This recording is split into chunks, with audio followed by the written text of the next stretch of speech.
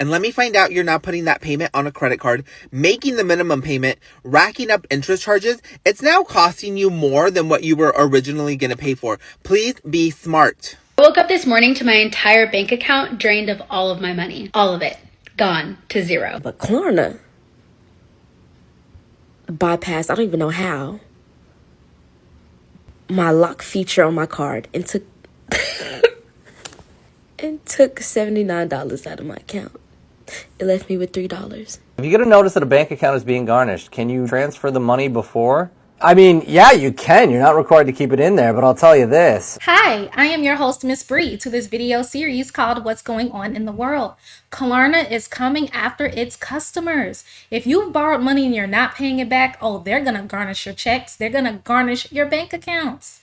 I'm going to be sharing my hot takes on this topic, and I want y'all to do the same down below in the comments. Let's watch a few clips together to see what's going on. Klarna is not for the broke. If you don't have money for a purchase up front, do you think splitting it into 4 payments is financially smart? And let me find out you're not putting that payment on a credit card, making the minimum payment, racking up interest charges. It's now costing you more than what you were originally going to pay for. Please be smart. One of my Klarnas that I do have active has hit my credit report, so I wanted to make this video because if you've been using those apps, I personally don't think it's the worst thing to do. I do think it's the worst thing to do if you're not going to pay it. Bingo. If you are not paying back debt that you've borrowed, you think you're just going to close your eyes and bury your head down in the sand.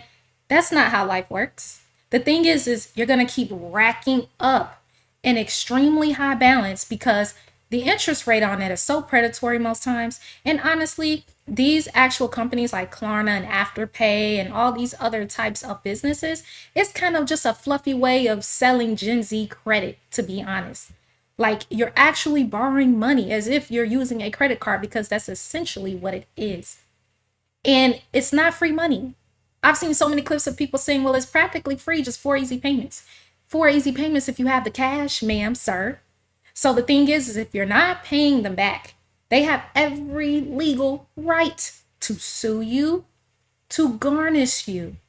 You're not going to escape these companies when you take their money. Okay, and now it's going to affect your credit. So if you've been building your credit, but you've been playing around when it comes to Klarna, Afterpay, I would say stop. Okay, I would say stop because that's going to mess up your credit if you've been doing a good job. But I made this video to let you know and to check your credit reports. If you don't know, you can go to like the app Experian. You could go to Credit Karma, but we'll talk about Credit Karma in terms of credit score. It's not as accurate or realistic versus what they use in the real world. So if you're using Klarna, me specifically, I can only speak on Klarna because that's the only one that has hit my credit report. So if you're using Klarna and things like that, be sure to be paying them on time because they can negatively affect your report. But as long as you're paying them on time, they actually can help to build a positive payment history. And that's essentially what credit should be used for. It should be used to help you build a profile as a borrower, meaning if you're always paying your payments on time, if you always make sure to use a percentage of the debt to always be borrowing because you actually get penalized for paying it off. I don't know if some of y'all knew that, but when you actually fully pay off a debt, it's actually not a good thing because it signals that you cannot consistently be used as a customer to keep paying these companies to then profit off of you.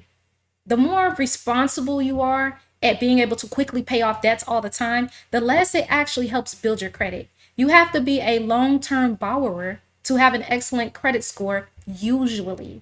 Every credit card company is a little different, but they're pretty much all the same.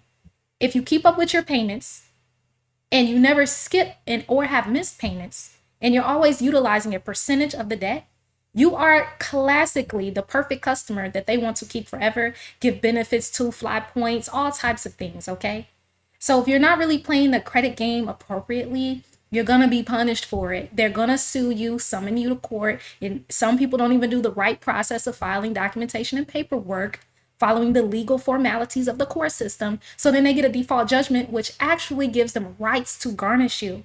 Just because you miss a couple payments don't mean they could just immediately take money out of your bank account, but they can go through the court system to basically stronghold you into getting that money out of your account. As soon as it's deposited, whoop, they take it right out. So be careful. Don't borrow money you truly cannot manage paying back. And a win is a win as long as you're paying it. Okay.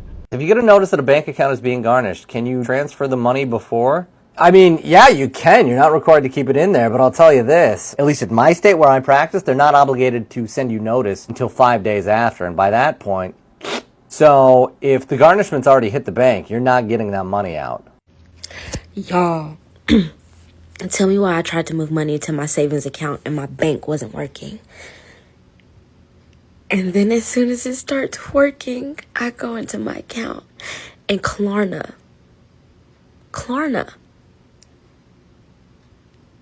got my money. I wasn't ready to pay Klarna. Of course. I was going to pay Klarna on Wednesday. Right. But Klarna bypassed, I don't even know how,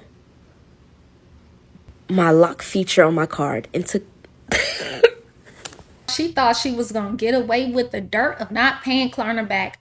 Wrong. Negative. The thing is there's notes placed internally on particular accounts that are due for garnishments, whether it's because you owe child support or credit card companies, or you lost a lawsuit in a litigation process. So therefore, they're able to garnish any money owed from that. You cannot escape the system. The thing is you have to operate appropriately within it. If you're thinking that you're just going to borrow from Klarna, close your eyes and not pay them back because you ain't got the money, they're going to take whatever money's in your account. She said her account wasn't working when she tried to transfer her funds. It's a good chance that she lives in a state that did not allow her to move her funds from her bank account because she kind of had a little bank freeze. And that's because they have the rights to garnish that particular account, girl. Have y'all ever been garnished before? In what capacity? Was it for child support? Was it like a small claims case issue that you lost? Was it credit card companies? Specifically, was it something like these buy now, pay laters with Klarna?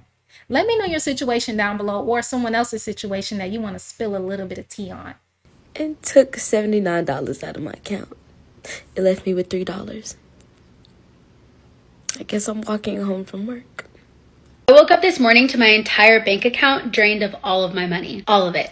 Gone to zero. Can they just drain your accounts? No, they cannot. But they can get money through garnishment from your accounts. And this is how they go about that. First, they have to go get a court order, and they get that via a judgment for what you owe. They file paperwork. You're served. You're put on notice. You have a right to be present, and they have to have evidence that you truly owe the debt. Now, the court order then is entered against you for what you owe. They then have to get a writ of garnishment. It's a whole nother paper that they go get, and they serve on a bank so they can garnish your accounts. That's why it's so important to actually consult with proper legal counsel.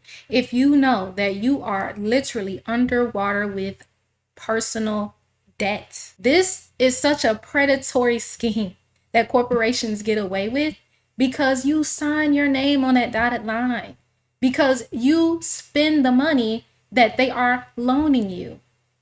So they can be as sharky as they want when it comes to taking what's theirs plus interest. Once they serve it, you're not instantly garnished and your account isn't instantly drained, as this person reported. In fact, then you have a right to file an exemption. The bank waits 10 days and gives you a time period where you can file an exemption to say, hey, here's why I'm exempt, why you shouldn't drain my accounts for this type of money. And so you're well protected that way. And then on top of that, the courts limit how much they can garnish and how much they must leave in your account. Typically, if you're on any sort of federal benefits program, this is like Social Security disability or veterans benefits or some sort of federal retirement benefit, they have to leave at least 2 months worth of money of your monthly check if it's deposited electronically. They have to leave that much in your account. In other scenarios, they have to leave at least $2,500 in your account.